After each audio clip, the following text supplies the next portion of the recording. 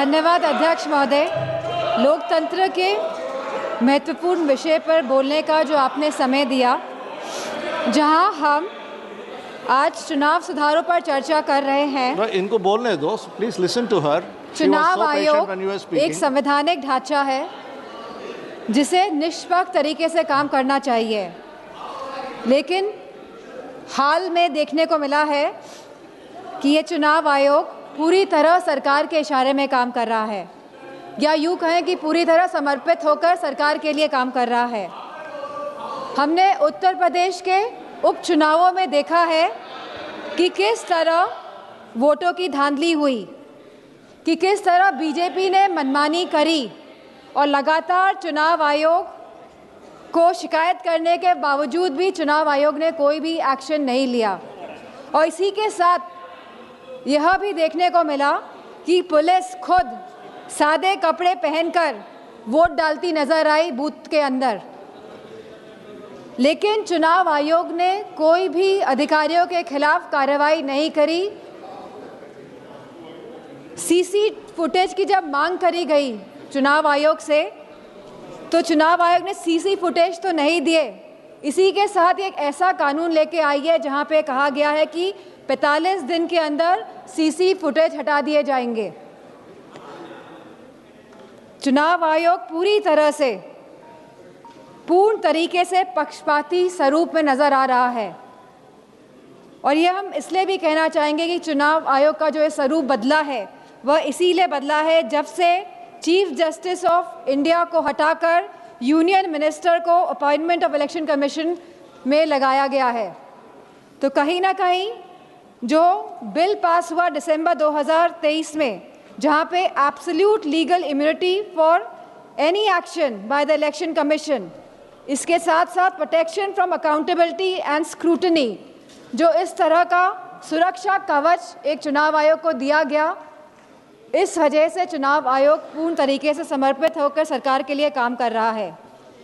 जो एसआईआर की जो प्रक्रिया है, स्पेशल इंटेंसिव रिवीजन, यह रिवीजन के नाम पर नागरिकता कानून लागू किया जा रहा है। रिवीजन के नाम पर अध्यक्ष जी, चुनाव आयोग द्वारा प्रशासनिक निष्पक्षता के नाम पर किया जा रहा यह कार्य हमारी नागरिकता, लोकतंत्र और संवैधानिक नैतिकता की बुनियाद पर सीधा निशाना है। जहां चुनाव आयोग को समय समय पर मतदाता सूचियों के पुनरीक्षण का अधिकार है और वह ये निरीक्षण करता भी है एनुअल समरी रिवीजन एएसआर के द्वारा, वहीं इस एसआर की अभूतपूर्व बात यह है कि एक ऐसी संस्था द्वारा नागरिकता का प्रमाण फिर से मांगा जा रहा है जिसे कानूनन इसका अधिकार प्राप्त ही नहीं है। अब तक चुनाव आयोग एक ऐसी संस्था रहा है जिसका उद्देश्य हर मतदाता को शामिल करने का रहा है, लेकिन इस एसआईआर के माध्यम से मतदाता को शामिल करने का यह सिद्धांत उलटकर बाहर करने की दिशा में तब्दील होता जा रहा है।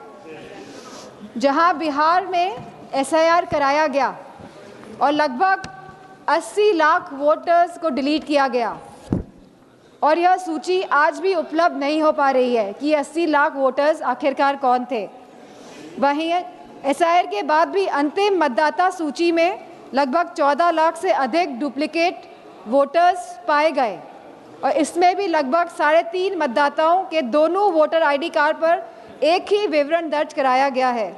अब ये एसआईआर की प्रक्रिया उत्तर प्रदेश में भी चल रही है, जहां बीएलओ को कोई भी प्रशिक्षण नहीं दिया गया है, जहां लगभग 10 से ज़्यादा बीएलओ ने काम के बोझ की वजह से आत्महत्या करी है, और वेस्ट बंगाल में भी लगभग 20 बीएलओ ने आत्महत्या करी है।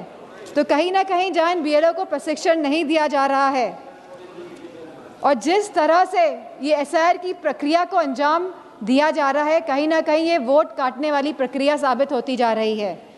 तो हमारी मांग है कि जिस तरह सत्ता पक्ष के लोग कहते हैं कि हम बिहार का चुनाव जीते, तो अगर आप वाकई में चुनाव लड़ रहे हैं और जीत रहे हैं, तो हमारी ये मांग है कि आप सीजीआई को वापस अपॉइंटमेंट कमेटी में इंडक्ट करें।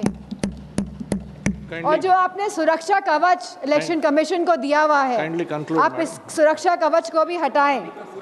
और इसी के साथ समाजवादी पार्टी की यह मांग है कि बैलेट पेपर के माध्यम से ही चुनाव इस देश में कराया जाए। और जिस तरह के मॉनेटरी बेनिफिट्स जब चुनाव किसी राज्य में चल रहा है आप बैंक खातों में पहुंचा रहे हैं, तो मेरा यह मानना है कि कहीं ना कहीं ये वोट जो लोग डाल रहे हैं, वोट डालने में भी इसका इफेक्ट होता है, तो इसे बंद करा जाए। इन्हीं शब्दों के साथ